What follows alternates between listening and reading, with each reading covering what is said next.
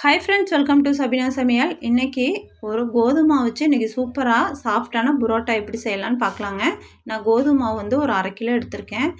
அதுக்கு உருளைக்கிழங்கு 1 எடுத்திருக்கேங்க, ஒரு 2 பெரிய வெங்காயம், இது சைடிஷ்க்கு எடுத்திருக்கேன், 2 தக்காளி எடுத்திருக்கேங்க.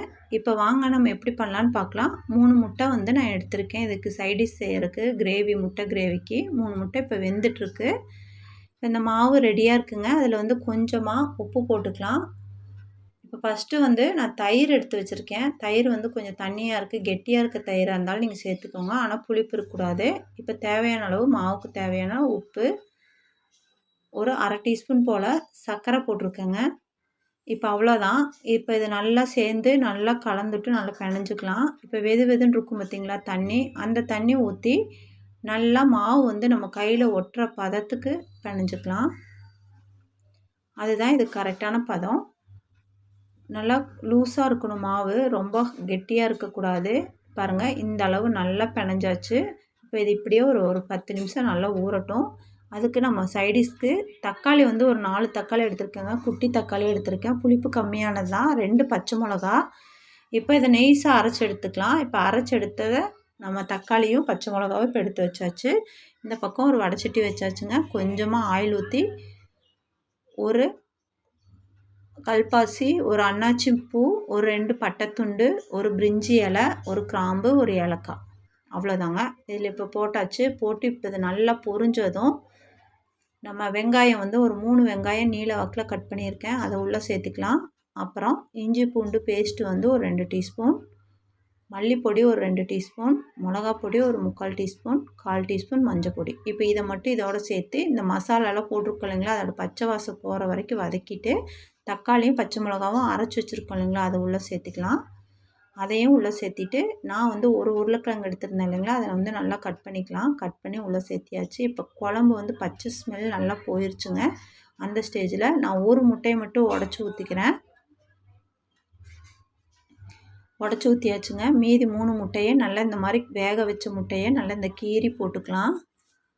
ரொம்ப சூப்பராக இருக்குங்க இந்த கிரேவி. நீங்களும் உங்கள் வீட்டில் ட்ரை பண்ணி பாருங்கள். இது சப்பாத்தி, தோசை, இட்லி, புரோட்டா எல்லாத்துக்குமே சூப்பராக இருக்குங்க. இப்போ தேவையான அளவு உப்பு போட்டாச்சு கிரேவிக்கு.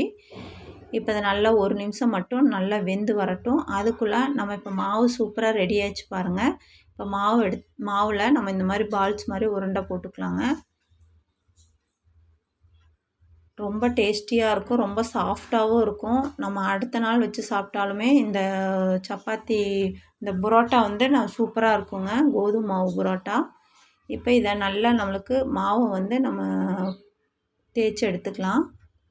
எவ்வளோ தூரம் நைஸாக தேய்க்க முடியுமோ அவ்வளோ தூரம் நம்ம தேய்ச்சி எடுத்துக்கலாங்க.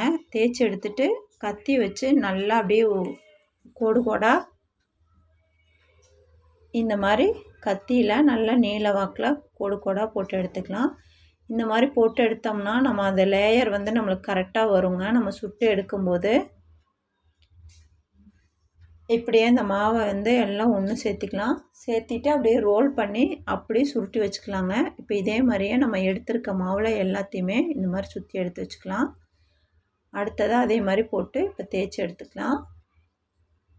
ரொம்ப சுவையாக இருக்குங்க. நீங்களும் உங்கள் வீட்டில் நம்ம மைதா மாவில் தான் புரோட்டா செய்யணும்னு இல்லைங்க, சப்பாத்தி இந்த நம்ம கோதுமை மாவுலேயும் சூப்பராக நம்ம புரோட்டா செய்யலாம்.